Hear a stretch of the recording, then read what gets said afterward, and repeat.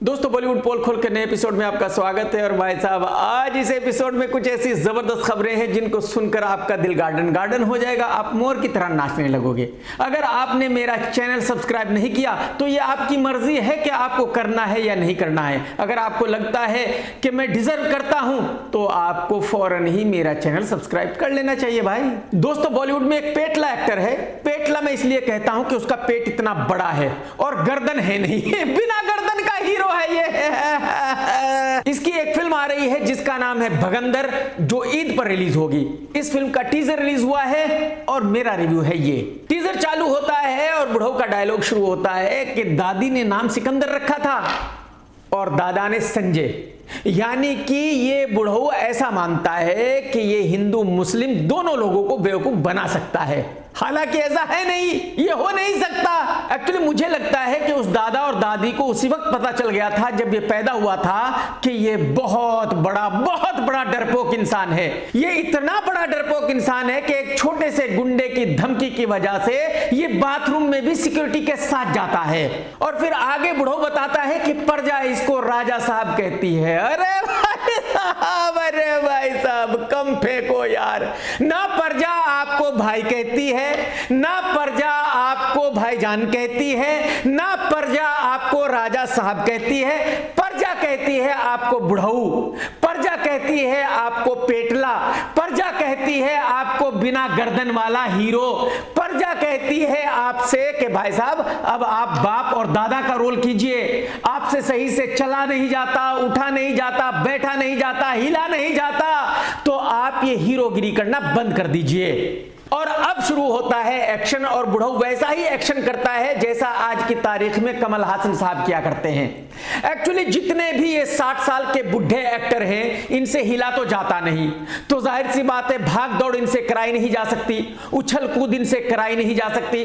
तो इन लोगों का एक्शन कैसा होता है? इन लोगों का एक्शन होता है स्लो मोशन में। ये लोग खड़े रहते हैं और खड़े खड़े एक हाथ ऐसे हिलाते हैं और गुंडा भाई साहब हवा में उड़ता हुआ जाता है। फिर एक ऐसे मुक्का मारते हैं तो 4 गुंडे हवा में उड़ रहे होते हैं, क्योंकि जितने भी 60 साल के बुढ़े हैं जिनसे हिला नहीं जाता वो बुढ़ापे में आकर इतने ताकतवर बन गए हैं कि बस खड़े खड़े खाली हाथ हिलाना है और गुंडों को हवा में उड़ते हुए देखना है बस। और अब खाली हाथ हिलाकर एक्शन करने वाला बुढ़ऊ कहता है कि कायदे में रहो फायदे में रहोगे। एक्चुअली विष्णु ने इसको यही कहा कि बेटा कायदे में रहे तभी फायदे में रहेगा, नहीं तो लंका लगा दूंगा। यही वजह है कि आज की तारीख में बेचारा सिक्योरिटी के साथ अपने बाथरूम में जाता है और बाथरूम में बैठ के कांपता रहता है, बिश्नोई भाई आ गए, बिश्नोई भाई आ गए, बिश्नोई भाई आ गए।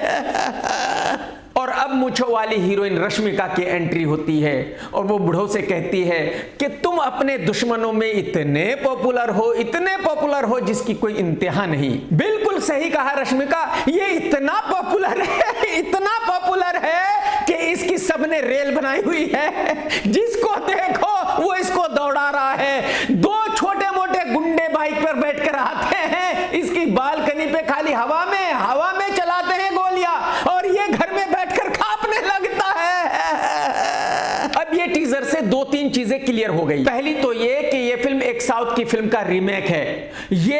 इस फिल्म के डायरेक्टर मुरुगदास ने ही साउथ में बनाई थी। पूरी दुनिया में एक कैरेक्टर बहुत ही मशहूर है, रॉबिन हुड, बस उसी पर आधारित है इस फिल्म की कहानी। और इस टीजर को देखकर दूसरी चीज ये क्लियर हो गई है कि बुढ़ऊ ने खड़े होकर सिर्फ क्लोजअप दिया है, हाथ हिलाए हैं, डायरेक्टर साहब कैमरा चालू करो, और बाकी डुप्लीकेट से करा लो, यानी कि पूरा एक्शन बाकी के डुप्लीकेट्स ने किया है। तीसरी चीज ये क्लियर हो गई है कि बुढ़ऊ इस फिल्म में सैकड़ों गुंडों से लड़ रहा है। अब पब्लिक का सवाल ये होगा कि भाई वो आदमी सैकड़ों गुंडों से कैसे लड़ सकता है जो 2 छोटे मोटे गुंडों से डरकर बाथरूम में बैठकर कांपने लगता है? वो आदमी सैकड़ों गुंडों से कैसे लड़ सकता है जो अगर शूटिंग भी करता है तो उसके चारों तरफ कम से कम 100 सिक्योरिटी गार्ड खड़े होते हैं? वो आदमी 100 गुंडों से कैसे लड़ सकता है जिसकी इतनी फटती है कि अगर वो कहीं बाहर भी जाता है तो पुलिस के साथ जाता है? तो तो जब एक आदमी इतना डरपोक है कि वो बेचारा अपने घर में आराम से सो तक नहीं सकता, वो आदमी बाथरूम में भी जाता है तो सिक्योरिटी के साथ जाता है, तो उस आदमी को सैकड़ों गुंडों के साथ लड़ते हुए पब्लिक किस तरह से एक्सेप्ट करेगी? मेरे ख्याल में अगर इस फिल्म को इस तरह से बनाया जाता कि भाई एक बिश्नोई ने उसको धमकी दी और उसकी रेल बन गई, वो भागा भागा फिर रहा है, दुबकता फिर रहा है, और अगर कोई एक लड़का भी कहीं से जाता हुआ उसे दिखता है तो उसको लगता है कि यही बिश्नोई का शूटर है और फिर डरकर भाग लेता है, तो मेरे ख्याल में लोगों को लगता कि भाई ये फिल्म बिल्कुल सही कहानी पर बनी है। लेकिन जो आदमी किसी नए लड़के को कहीं खड़ा हुआ देखकर भी डर जाता हो, उस आदमी को राजा साहब दिखाना कहां तक सही होगा? उस आदमी को 100-100 गुंडों से लड़ते हुए दिखाना कहां तक सही होगा? किस तरह से पब्लिक को यह यकीन होगा कि ये वही डरपोक आदमी है जो एक गुंडे से भी डरता है लेकिन 100 के साथ लड़ रहा है? तो मैं पूरे यकीन के साथ ये कह सकता हूं कि पब्लिक के गले के नीचे कहानी उतर ही नहीं सकती। पब्लिक को यह यकीन हो नहीं सकता कि एक इतना डरपोक आदमी 100-100 गुंडों के साथ लड़ सकता है, 100-100 गुंडों को मार सकता है, जिसकी एक छोटे मोटे लड़के से भी फटती है। तो मैं बहुत ही यकीन के साथ कह सकता हूं कि इस फिल्म का चलना मुश्किल ही नहीं, नामुमकिन है। इस फिल्म का डिजास्टर होना तय है, गारंटी है। कहीं किसी एक फंक्शन में सांपों का जहर बेचने वाला एल्विश उर्फ विश यादव गया था। वहां पर उसको एक छोटी सी बच्ची ने, बेचारी छोटी सी बच्ची है, उसने देखा, और जैसे ही उस बच्ची ने देखा वैसे ही वो उसके पैरों में गिर पड़ी, वैसे ही वो उसको लिपटकर रोने लगी। उसने कहा कि आप मेरे भगवान हो, मुझे आप दिख गए, बस इससे ज्यादा मेरी जिंदगी में मुझे कुछ और नहीं चाहिए। आप अंदाजा लगाइए कि उस बच्ची के दिमाग में उसके घर वालों ने किस तरह से ये डाला होगा कि जो एक नंबर का गालीबाज है, सांपों का जहर बेचकर पैसे कमाता है, जिसके ऊपर ईडी का केस है, उसको बेटा भगवान मानना है। वो इतना कमाल का आदमी है कि अगर तुम उसको भगवान मानोगी तो तुम्हारी पूरी जिंदगी सफल हो जाएगी।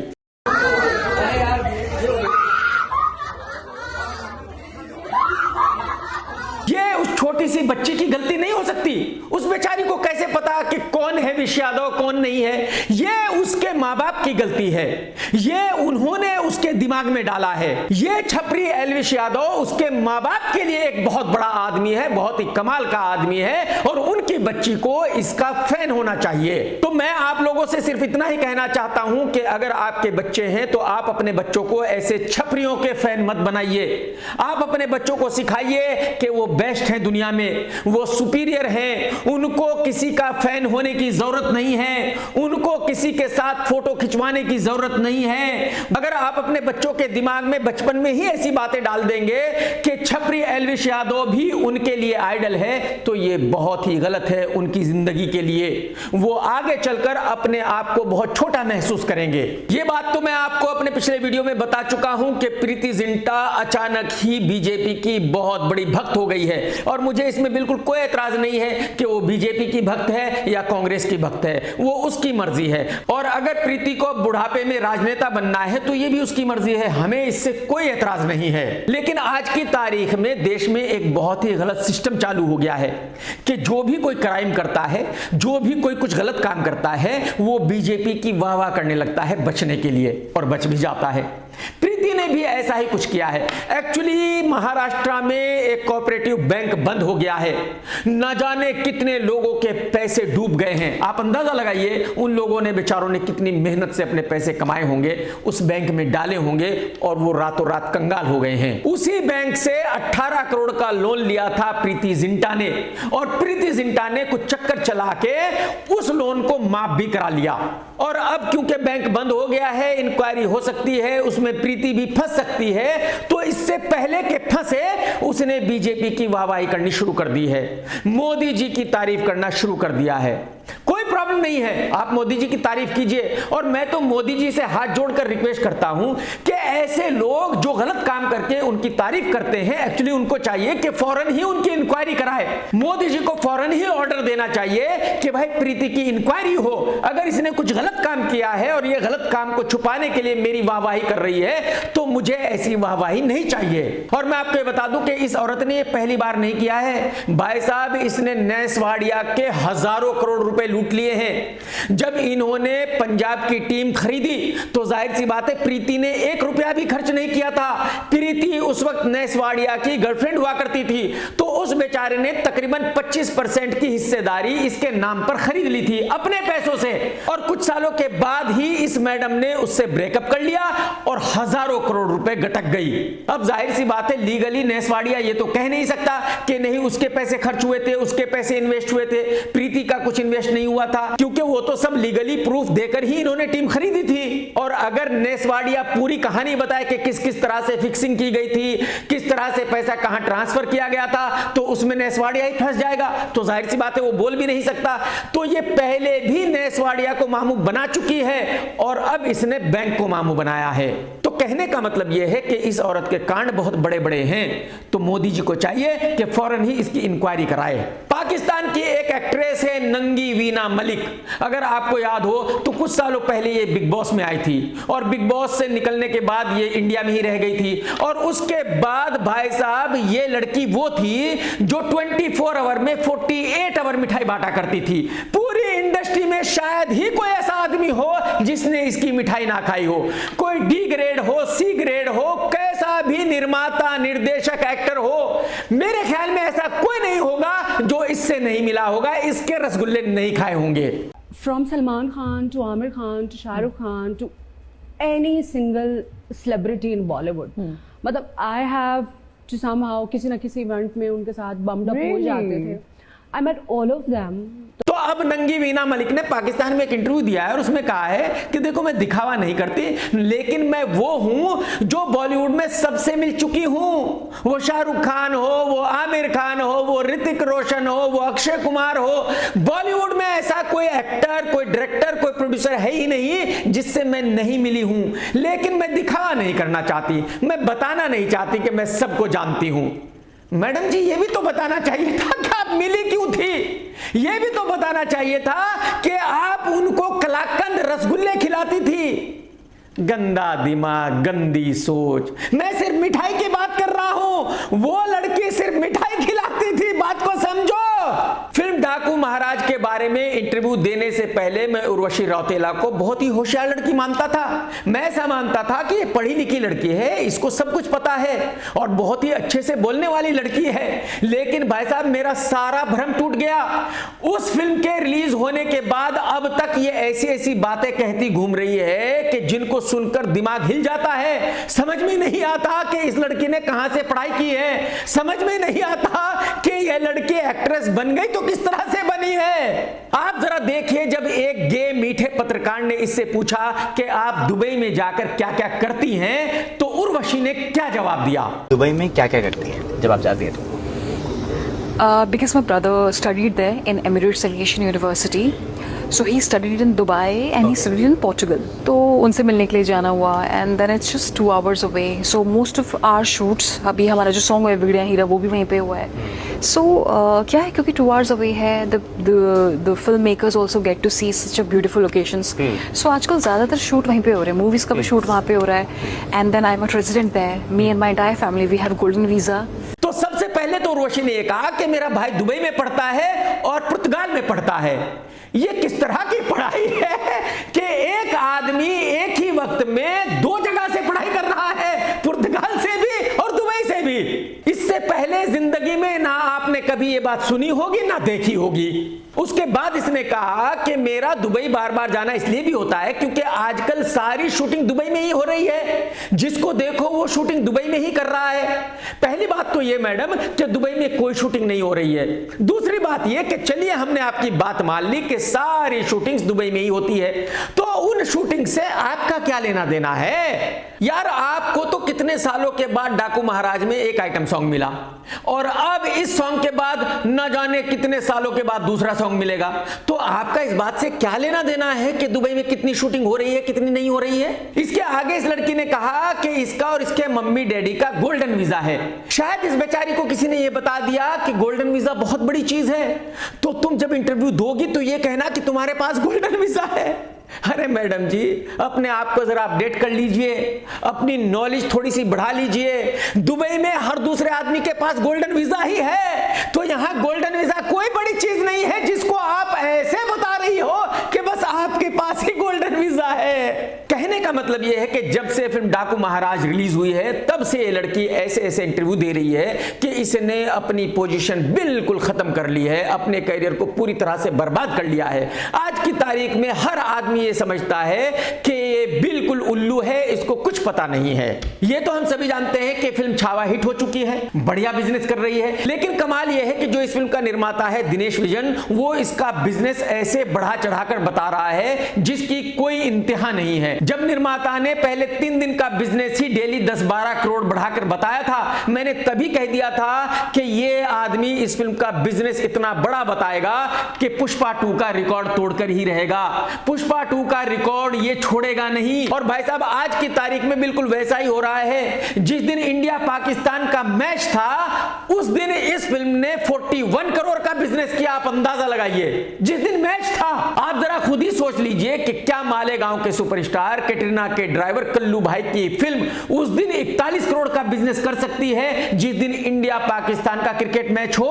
कहने का मतलब यह है कि उस दिन इस फिल्म ने तकरीबन 20 करोड़ का बिजनेस किया था, जो बहुत ही बढ़िया बिजनेस है, बहुत ही कमाल का बिजनेस है। लेकिन निर्माता ने 41 करोड़ का बिजनेस बताया। निर्माता अब तक इस फिल्म का 400 करोड़ रुपए का बिजनेस बता चुका है, जबकि इस फिल्म ने तकरीबन 200 करोड़ का बिजनेस किया है। कहने का मतलब यह है कि निर्माता इस फिल्म का बिजनेस पुष्पा 2 से ज्यादा बताने वाला है। मैं फिर से रिपीट करता हूं। और आप में से बहुत सारे लोग यह कहते हैं कि जब निर्माता इतना बिजनेस बताएगा तो उस पर टैक्स भी इतना ही देना पड़ेगा। ऐसा कुछ नहीं है भाई साहब, ये आप लोग इसलिए कहते हो क्योंकि आपको इस बात का पता नहीं कि टैक्स किस तरह से भरा जाता है। जो टैक्स भरते हैं उनको पता है कि बिजनेस कितना बताया जाएगा, उससे टैक्स का कोई लेना देना नहीं है। जितना निर्माता बिजनेस बताएगा बुक में, टैक्स उस पर ही भरेगा। आप में से बहुत सारे लोग ये भी सोच रहे होंगे कि फिर इतने ज्यादा फेक कलेक्शंस देने की जरूरत क्या है। एक्चुअली फेक कलेक्शंस देने की जरूरत इसलिए है कि उसी बिजनेस के हिसाब से ओटीटी की प्राइस मिलती है, जो सैटेलाइट होती है उसकी प्राइस मिलती है। अगर किसी फिल्म ने 100 करोड़ का बिजनेस किया है तो तकरीबन 35 करोड़ ओटीटी से आएगा। तो आप जरा सोच कर देखिए कि अगर एक फिल्म का रियल बिजनेस 200 करोड़ रुपए है तो 70 करोड़ आएगा ओटीटी का। लेकिन अगर उस फिल्म का बिजनेस बता दिया जाए 800 करोड़ रुपए, तो ओटीटी से कितना आएगा। और आज की तारीख में फेक कलेक्शंस अकेला प्रोड्यूसर ही नहीं देता, बल्कि पीवीआर भी हेल्प करता है, बुक माई शो भी हेल्प करता है। इन लोगों ने भी सुपारी लेनी शुरू कर दी है। पीवीआर निर्माता से यह कहता है कि भाई साहब, आप 50 करोड़ रुपए के टिकट्स मत खरीदिए, आप हमें से 5 करोड़ रुपए दीजिए, हम आपका बिजनेस 50 करोड़ के हिसाब से बताएंगे। बुक माई शो का भी कहना यही है कि भाई साहब, आप टिकट्स क्यों खरीदते हो? अगर आप 50 करोड़ रुपए के टिकट्स खरीदोगे तो 25 करोड़ चला जाएगा थिएटर ओनर्स के पास, 25 करोड़ रुपए आपके पास वापसी आएगा। लेकिन आप हमें सिर्फ 5 करोड़ रुपए दीजिए, हम आपका बिजनेस 50 करोड़ रुपए बढ़ाकर बताएंगे। तो कहने का मतलब यह है कि जो झूठा बिजनेस बताया जाता है उसमें सभी शामिल है, पीवीआर भी शामिल है, बुक माई शो भी शामिल है, प्रोड्यूसर भी शामिल है, और सब पैसे बना रहे हैं। और बेवकूफ किसको बना रहे हैं? कॉर्पोरेट हाउसेस को। और जो कॉर्पोरेट हाउसेस है उनके घर से कुछ जाता नहीं है, क्योंकि उनके पास अपना पैसा तो है नहीं, उनके पास तो पब्लिक का पैसा है। उनके तो शेयर हैं, लोग उनके शेयर खरीदते हैं और वो पैसे बनाते हैं, और वो पैसे ये फिल्म वाले उनसे लूटते हैं। आजकल हॉरर फिल्में चल रही हैं, आपके सामने है, स्त्री 2 भी चली, मुजिया भी चली। तो अब संजय दत्त ने भी एक हॉरर फिल्म बनाई है जिसका नाम है द भूतनी। इसमें हीरोइन है प्लास्टिक की गुड़िया मौनी रॉय, और इब्राहिम अली की गर्लफ्रेंड प्लक तिवारी भी है। इस फिल्म का टीजर रिलीज किया गया है, और टीजर जैसे ही चालू होता है वैसे ही आग ही आग, आग ही आग, अंधेरा, हवेली, संजय दत्त के डायलॉग्स। कहने का मतलब यह है कि जो एक हॉरर फिल्म में होता है वही सब कुछ इसमें है। एक्चुअली जितनी भी हॉरर फिल्में हैं उन सब की कहानी तकरीबन एक ही जैसी होती है कि कुछ भी हो सकता है, कोई लॉजिक की तो जरूरत नहीं है। भाई जो भूतनी है वो उड़ भी सकती है, किसी को मार भी सकती है, किसी को काट भी सकती है। तो इस टीजर को देखकर पता चलता है कि जो कुछ भी एक हॉरर फिल्म में होना चाहिए वो सब इसमें है। लेकिन अब मैं गारंटी से ये नहीं कह सकता कि ये फिल्म हिट होगी या नहीं होगी। लेकिन जब ऐसी फिल्में भी हिट हो रही है जिसमें नए नए एक्टर हैं, तो इसमें तो संजय दत्त है, इसको भी हिट होना चाहिए। अश्लील बेशरम सिंगर उदित नारायण भी कुंभ में डुबकी लगाने गया, नहाने गया, पाप धोने के लिए गया। और मैं उदित से सिर्फ इतना जानना चाहता हूं कि भाई साहब, जब आपने कुंभ में जाकर डुबकी लगाई तो कौन से पाप धुले? वो पाप जो आपने अपनी पहली बीवी को टॉर्चर करके कमाए हैं, पहली बीवी को तड़पा तड़पा कर कमाए हैं, वो भी बेचारी हिंदू है, वो क्रिश्चियन तो है नहीं, ना ही मुस्लिम है। तो अगर आप अपनी बेसहारा बीवी को टॉर्चर कर रहे हैं, उसको तड़पा रहे हैं, उसको खाने के लिए भी नहीं दे रहे हैं, तो ये पाप कैसे धुल सकते हैं? या आप उन पापों को धुलने गए थे जो आपने कमाए हैं यंग लड़कियों को किस करके? मुझे लगता है अगर वो पाप धुल भी गए होंगे तो आप फिर से शो करोगे, फिर से लड़कियों को किस करोगे, फिर से पाप बढ़ने शुरू हो जाएंगे, तो धुल के कुछ फायदा नहीं हुआ मेरे भाई। इंडिया में एक बहुत बड़ा बिजनेसमैन है श्याम सुंदर भारतीया, डोमिनो पिज्जा का ओनर इंडिया में यही है। बॉलीवुड की एक स्ट्रगलर लड़की का कहना यह है कि 2022 से लेके अब तक ये उसके साथ गलत काम करता आ रहा है, उसको सेक्सुअली हरेस करता आ रहा है, और जनवरी से वो लड़की एफआईआर कराने की कोशिश कर रही है, लेकिन वर्सोवा पुलिस स्टेशन वाले उसकी एफआईआर ले ही नहीं रहे। वो लड़की बड़े बड़े ऑफिसर्स के पास भी गई, लेकिन उसकी एफआईआर नहीं ली गई। जबकि सुप्रीम कोर्ट का कहना यह है कि अगर कोई लड़की पुलिस थाने में आती है एफआईआर करने के लिए तो पुलिस को उसकी एफआईआर लेनी ही पड़ेगी। मैं आपको ये बता दूं कि मेरे ऊपर भी एक लड़की ने एफआईआर किया था और वो मिक्का ने करवाया था, और मुझे मिक्का से इस बारे में बिल्कुल कतई कोई गिला शिकवा नहीं है, क्योंकि उस वक्त मिक्का का और मेरा झगड़ा चल रहा था। तो जाहिर सी बात है झगड़े में सब कुछ जायज है। मिक्का जो कर सकता था उसने किया, कुछ गलत नहीं किया, मेरे हिसाब से उसने कुछ गलत नहीं किया। लेकिन मिक्का ने अपनी एक दोस्त को वर्सोवा पुलिस स्टेशन में भेजा और उस लड़की ने कहा कि 2017 में मैं उस लड़की को मिला था और मैंने उसका हाथ पकड़ा था और उससे ये कहा था कि मेरे साथ घर पर चलोगी क्या, मेरे साथ एंजॉय करोगी क्या। ये ही उस लड़की ने लिख करके दिया है। उस लड़की ने पुलिस स्टेशन में कहा कि मेरे पास ना ही उसका नंबर है, ना ही कोई एसएमएस है, ना ही कोई प्रूफ है, लेकिन मैं सच कह रही हूं कि 5 साल पहले कमाल खान मुझसे मिला था और उसने मेरा हाथ पकड़ के मुझसे कहा था कि मेरे साथ गलत काम करोगी क्या।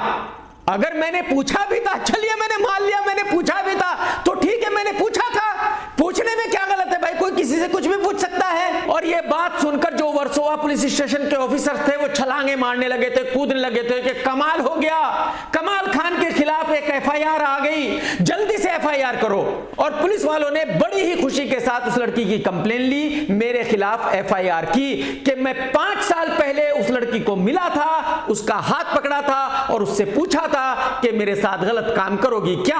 और जैसे कि मैं बता चुका हूं कि मैं उस लड़के को सही से जानता भी नहीं, वो मिक्का की दोस्त है, कोई बात नहीं, मिक्का ने कराया, कोई प्रॉब्लम नहीं है। लेकिन मेरे कहने का मतलब यह है कि अगर मेरे ऊपर एक एफआईआर तब हो सकती है जबकि लड़की ये कह रही है कि 5 साल पहले मैं उससे मिला था और 5 साल पहले मैंने उसका हाथ पकड़ा था, तो अगर एक लड़की उसी थाने में जाकर यह कहती है कि एक आदमी पिछले 3 साल से मुझे सेक्सुअली हरेस कर रहा है, मेरे साथ गलत काम कर रहा है, तो उसकी एफआईआर पुलिस ने क्यों नहीं ली। इससे आपको पता चलता है कि मुंबई पुलिस के क्या क्या कारनामे हैं, मुंबई पुलिस किस तरह से काम करती है। मुंबई पुलिस किसी को भी हरेस करने के लिए झूठी कंप्लेन फाइल कर सकती है, लेकिन जो सच्ची कंप्लेन है उसको फाइल नहीं करती। मैं बिल्कुल नहीं कह रहा हूं कि 100% सभी पुलिस वाले ऐसे हैं, लेकिन 90% पुलिस वाले ऐसे ही हैं। छावा फिल्म रिलीज हुई, हिट हो गई, पब्लिक को यह फिल्म पसंद आ रही है, जो भी इस फिल्म में दिखाया गया है पब्लिक को ऐसा लग रहा है कि बिल्कुल सच है, जैसा हुआ था वैसा ही फिल्म में दिखाया गया है। लेकिन अब फिल्म के डायरेक्टर ने खुद ही मान लिया है कि मेरी फिल्म में जो कुछ भी है वो सब फिक्शन है, उसका रियलिटी से कोई लेना देना नहीं है। लेकिन ऐसा नहीं है कि लक्ष्मण ने ये बात बड़ी खुशी से अपने आप ही कबूल कर ली हो। एक्चुअली अगर आपने फिल्म देखी है तो फिल्म में संभाजी महाराज की पत्नी है रश्मिका, रश्मिका के 2 भाई हैं। फिल्म में ऐसा दिखाया गया है कि उन दोनों भाइयों ने संभाजी महाराज को धोखा दे दिया था, वो मुगलों के साथ मिल गए थे, और ये देखकर उन दोनों लड़कों की फैमिली को बहुत दुख हुआ। उन्होंने कहा कि ये झूठ है और उन्होंने कहा कि हम इस फिल्म के बनाने वालों पर 100 करोड़ रुपए का डिफेमेशन केस ठोकेंगे। जैसे ही ये खबर फिल्म बनाने वालों के पास पहुंची वैसे ही उनकी फटके हाथ में आ गई। उन्होंने कहा कि भाई अब ये तो हमारे ऊपर केस करेंगे, क्योंकि जाहिर सी बात है जो फिल्म में दिखाया गया है वो झूठ है, वो सच नहीं है। यही वजह है कि इस फिल्म के डायरेक्टर लक्ष्मण ने ऑफिशियली एक स्टेटमेंट दिया और उसमें कहा कि मेरी फिल्म में जो दिखाया गया है वो रियल नहीं है, सिर्फ फिक्शन है, मैंने जानबूझकर किसी को बदनाम नहीं किया है। मेरी फिल्म को जो लोग देख रहे हैं वो उसको फिक्शन मानकर ही देखें, वो ऐसा ना समझे कि जो दिखाया गया है वो रियल है। कुछ दिनों पहले आमिर खान के बेटे जुनैद की एक फिल्म आई थी चुतियापा, जो सुपर डुपर डिसास्टर हो गई। आमिर खान ने एक इंटरव्यू दिया और उसमें कहा कि बहुत ही गलत हो गया कि मेरे बेटे की फिल्म फ्लॉप हो गई। मैंने बड़ी मेहनत से इस फिल्म का प्रमोशन किया था, सभी बॉलीवुड वालों को इस फिल्म को दिखाया था, सभी बॉलीवुड वालों से भी इस फिल्म का प्रमोशन कराया था, फिर भी पब्लिक ने इस फिल्म को नहीं देखा। आमिर खान ने आगे कहा कि जब मैंने इस फिल्म को देखा था तो मुझे लगा कि ये फिल्म बहुत ही कमाल की फिल्म है, ये फिल्म लोगों को बहुत पसंद आएगी और ये फिल्म बहुत बड़ी हिट हो जाएगी। लेकिन ऐसा नहीं हुआ, पब्लिक को फिल्म पसंद नहीं आई और यही वजह है कि फिल्म सुपर डुपर फ्लॉप हो गई। आमिर भाई साहब, जब आपने वो फिल्म देखी थी और आपको पसंद आई थी, आपको तभी पता चल जाना चाहिए था कि ये फिल्म सुपर डुपर डिसास्टर ही होगी, क्योंकि आपको घंटा पता नहीं है फिल्म के बारे में। और उसका सबूत यह है क्योंकि जब आपने ठग्स ऑफ हिंदुस्तान फिल्म देखी थी तो आपको उस वक्त भी यही लगा था कि वो फिल्म बहुत बड़ी हिट हो जाएगी, वो फिल्म बहुत कमाल की फिल्म है, और फिल्म सुपर डुपर डिसास्टर हो गई थी। जब आपने लाल सिंह चड्ढा को देखा तब भी आपको ऐसा ही लगा था कि वो फिल्म बहुत ही कमाल की फिल्म है, बहुत बड़ी ब्लॉकबस्टर होने वाली है, और कुत्ता भी उस फिल्म को देखने नहीं गया था। अगर आपको याद हो तो आपने एक और वाहियात फिल्म बनाई थी रॉक स्टार, जब वो फिल्म आपने देखी तब भी आपको ऐसा ही लगा था कि बहुत ही कमाल की फिल्म है, बहुत बड़ी ब्लॉकबस्टर हो जाएगी, सुपर डुपर डिसास्टर हो गई थी। और अब जब आपने अपने बेटे की फिल्म देखी तो आपको लगा कि कमाल की फिल्म है, चलेगी, नहीं चली। इसका मतलब यह हुआ, यह सबूत है इस बात का कि आपको फिल्मों के बारे में घंटा पता नहीं है। जिस फिल्म को आप अच्छा मानते हो वो फिल्म वाहियात होती है। तो भाई साहब, फ्यूचर में भी अगर आपको लगे कि कोई फिल्म बहुत ही कमाल की फिल्म है तो ये मान लेना कि वो सुपर डुपर डिसास्टर ही होगी। समझ रहे हो ना? आपकी आने वाली फिल्म है कुछ, क्या नाम है, सितारे जमीन पर, देख के बता देना मुझे अगर आपको पसंद आई। काफी दिनों पहले डायरेक्टर फरहान अख्तर ने डॉन 3 का टीजर रिलीज किया था, जिसमें डबल ढोल की रणवीर सिंह है, और बहुत जल्दी उस फिल्म की शूटिंग चालू होने वाली थी, शूटिंग चालू नहीं हुई। अब फिर से फरहान अख्तर ने एक बयान दिया है और कहा है कि इस साल के आखिर तक इस फिल्म की शूटिंग जरूर चालू हो जाएगी। अब आप ये जरूर पूछेंगे कि जब पिछले 2 सालों से इस फिल्म की शूटिंग चालू नहीं हो रही है तो अब इस साल इस फिल्म की शूटिंग कैसे चालू हो जाएगी? एक्चुअली फरहान अख्तर को ऐसा लग रहा है कि जो डबल ढोलकी की आने वाली फिल्म है वो बहुत बड़ी ब्लॉकबस्टर होने वाली है। इस फिल्म को डायरेक्ट किया है उरी के डायरेक्टर आदित्य धर ने। तो एक्चुअली फरहान की कैलकुलेशन ऐसी है कि अगर ये फिल्म हिट हो जाती है तो जाहिर सी बात है फिर कोई भी कॉर्पोरेट हाउस फरहान को 300-350 करोड़ देने के लिए तैयार हो जाएगा डॉन 3 बनाने के लिए, और उसकी फिल्म की शूटिंग चालू हो जाएगी। लेकिन ऐसा कुछ होने वाला नहीं है, क्योंकि डबल ढोलकी की कोई भी फिल्म चलने वाली नहीं है। डबल ढोलकी की जो आने वाली फिल्म है वो भी डिसास्टर होने वाली है। तो जाहिर सी बात है जैसे ही डबल ढोलकी की आने वाली फिल्म डिसास्टर होगी वैसे ही फरहान अख्तर इस बात का भी ऐलान कर देगा कि हाँ भाई, मैं डॉन 3 अब कभी नहीं बनाऊंगा। एक्चुअली ठीक वैसा ही है जैसे कि ऋतिक की आने वाली फिल्म क्रिश 4 का हो रहा है। राकेश रोशन जी उस फिल्म को भी पिछले कई सालों से बनाने की कोशिश कर रहे हैं, लेकिन कोई भी कॉर्पोरेट हाउस उस फिल्म पर 500-600 करोड़ रुपए खर्च करने के लिए तैयार नहीं है। तो राकेश जी को अब यह लग रहा है कि अगर वार 2 ने बहुत कमाल का बिजनेस कर लिया, 400-500 करोड़ रुपए का बिजनेस कर लिया, तो फिर कोई भी कॉर्पोरेट हाउस आ जाएगा और राकेश जी को पैसे दे देगा उस फिल्म को बनाने के लिए। लेकिन मैं गारंटी के साथ कह सकता हूं कि वो फिल्म भी नहीं बनेगी। जैसे ही कोई एक्टर या डायरेक्टर फ्लॉप होता है वैसे ही वो बॉलीवुड को गालियां देना शुरू कर देता है। जॉन अब्राहम भी फ्लॉप हो चुका है, करियर खत्म हो चुका है, तो अब जॉन भी बॉलीवुड को गालियां दे रहा है। जॉन अब्राहम ने एक इंटरव्यू दिया और उसमें कहा कि बॉलीवुड वालों ने ही बॉलीवुड को बर्बाद कर दिया है। आज फिल्मों पर इतना ज्यादा एक्स्ट्रा खर्चा करने लगे हैं जिसकी कोई इंतहा नहीं, जिसकी बिल्कुल जरूरत नहीं। जॉन ने बताया कि जब एक एक्टर शूटिंग करने के लिए आता है तो उसके साथ एक कुक आता है जिसको कम से कम 2 लाख रुपए पर डे पे किया जाता है। उसके साथ एक स्टाइलिस्ट आता है जिसको कम से कम 1 लाख रुपए पर डे पे किया जाता है। उसके साथ एक जिम वाला भी आता है जिसको कम से कम 1 से 2 लाख रुपए पर डे पे किया जाता है। जॉन का कहना यह है कि बिल्कुल फालतू का पैसा खर्च किया जाता है, वेस्ट ऑफ मनी है। जो हीरो हैं वो भी बहुत ज्यादा पैसे चार्ज कर रहे हैं, उनको इतने पैसे चार्ज नहीं करने चाहिए। जॉन ने कहा कि कुछ हीरो ऐसे हैं कि वो 100 करोड़ रुपए फिल्म का लेते हैं, लेकिन जॉन भाई जो 100 करोड़ रुपए ले रहे हैं वो 100 करोड़ रुपए डिजर्व करते हैं। उनकी फिल्म उतना बिजनेस करती है कि प्रोड्यूसर उनको 100 करोड़ रुपए देते हैं खुशी खुशी। बॉलीवुड की प्रॉब्लम है आप जैसे महाफ्लॉप एक्टर जिनकी फिल्म को कुत्ता भी देखने नहीं जाता और पैसे मांगते हैं 30 करोड़ रुपए पर फिल्म। मुझे आप बताइए कि आप 30 करोड़ रुपए किस तरह से एक फिल्म का मांगते हो, क्यों मांगते हो? आप कैसे डिजर्व करते हो 30 करोड़ रुपए? आप 25 CR भी कैसे डिजर्व करते हो? आप 20 CR भी कैसे डिजर्व करते हो? आप 10 CR भी कैसे डिजर्व करते हो? मुझे बताओ तो सही। अदरक अब्राहम साहब, हकीकत यह है कि आप जैसे एक्टरों ने इस बॉलीवुड को बर्बाद कर दिया है। आप जैसों की फिल्म कोई नहीं देखना चाहता, आप जैसे एक्टरों की फिल्म को कुत्ता भी देखने नहीं जाता, लेकिन क्योंकि आप 20-25 करोड़ रुपए एक फिल्म का लेते हो तो आपकी फिल्म बनती है 80-90-100 करोड़ में। तो जाहिर सी बात है वो पैसा कैसे रिकवर होगा? आपकी फीस होनी चाहिए मैक्सिमम 1 से 2 करोड़ रुपए, आपकी फिल्म बननी चाहिए मैक्सिमम 15 से 20 करोड़ रुपए में, तब फिल्म का पैसा रिकवर होगा, तब बॉलीवुड चल पाएगा। तो बॉलीवुड वालों को गालियां देने के बजाय अपने आप को सुधारिए। जो आप उल्टे सुल्टे पैसे मांगते हो, ये पैसा मांगना बंद कर दीजिए। एक बहुत ही सड़ी सी शक्ल वाली यूट्यूबर है प्राजक्ता कोहली।